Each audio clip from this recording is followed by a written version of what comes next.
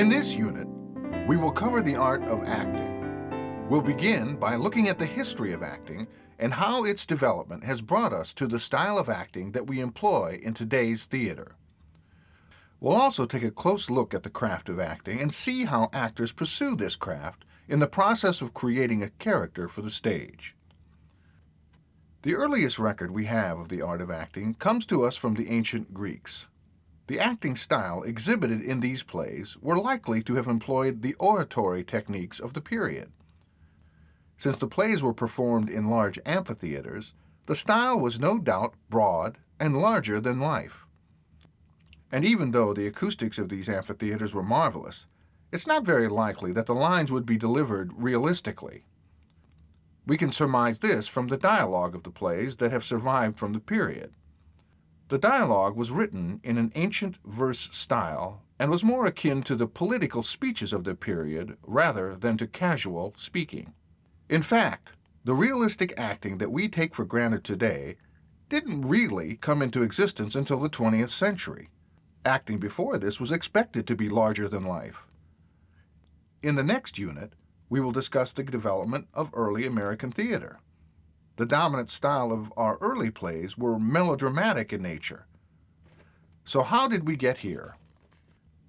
Perhaps the most important device in early acting that has all but disappeared from the stage but still influences the art of acting is the dramatic mask. As you recall from our discussion of ancient Greek theater, the actors of this period performed in masks that allowed them to play several characters in a single play. The theatrical mask places emphasis on one of the most important elements of acting, the ability to take on a persona. The mask is an outward way of doing this, but there can be no doubt that the actors, or hypocrites as they were referred to in ancient Greece, took on the qualities of the characters they were playing behind the mask as well. This points up the basic approach of acting today. The actors attempt to create the outer mannerisms and the inner life of a character.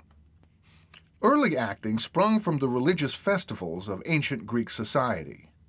The legend of Thespius suggests that the art of acting began when a chorus member by the name of Thespius jumped onto the altar and began a dialogue with the other members of the chorus.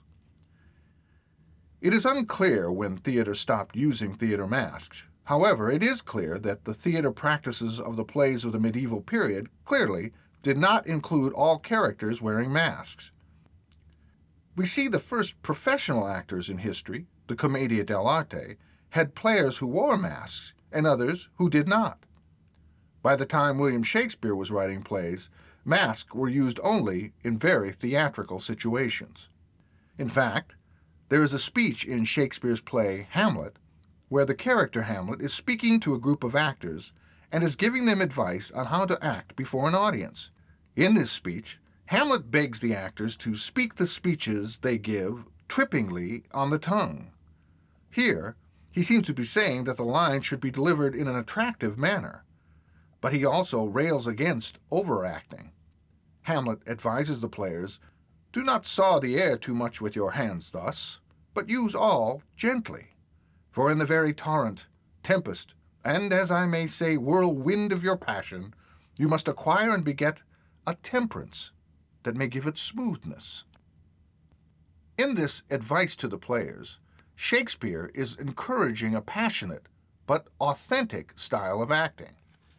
This realistic style doesn't really dominate the stage until centuries later. In the early development of theater, actors needed to be broader and more overstated than individuals in real life. There was a very practical reason for this. The theaters of the earlier period were very often enormous. The actor's performance had to appeal to an audience member who may have well been several hundred feet away from him. During the 19th century, the most popular genre of theater, melodrama, was a style of theater that exhibited passion and sentiment at every turn. There was an emphasis on enormous visual spectacles. The theater was thought of as a place where emotional and visual fireworks should take place often. A result of this was that the world of the stage rarely resembled the world in which we lived. It wasn't until the late 19th century when an aspiring theater director in Russia by the name of Konstantin Stanislavski undertook to make changes that would revolutionize the art of acting as well as change the course of theater itself. Stanislavski had grown tired of the worn-out acting techniques of melodrama. He felt that the stage poses and the overwrought emotions of the melodramatic actors did not reflect the truth. He endeavored to create an acting approach that would create truth on stage and bring acting from a mere entertainment to an elevated art form. What resulted was what Stanislavski referred to as the method of physical actions. American actors know this better as the method. You can still hear actors today referred to as method actors. In recent years, this has come to mean an approach that is obsessed with realism. For Stanislavski, it meant departing from artificial acting and devising a way that actors could construct the inner lives of their characters, their ideas, their passions, their desires, and reveal these through a simple, honest approach to acting. Stanislavski was attempting to redefine the main art object of theater, dramatic action, by giving it depth. The result has been an approach to the art of acting that still is in practice today.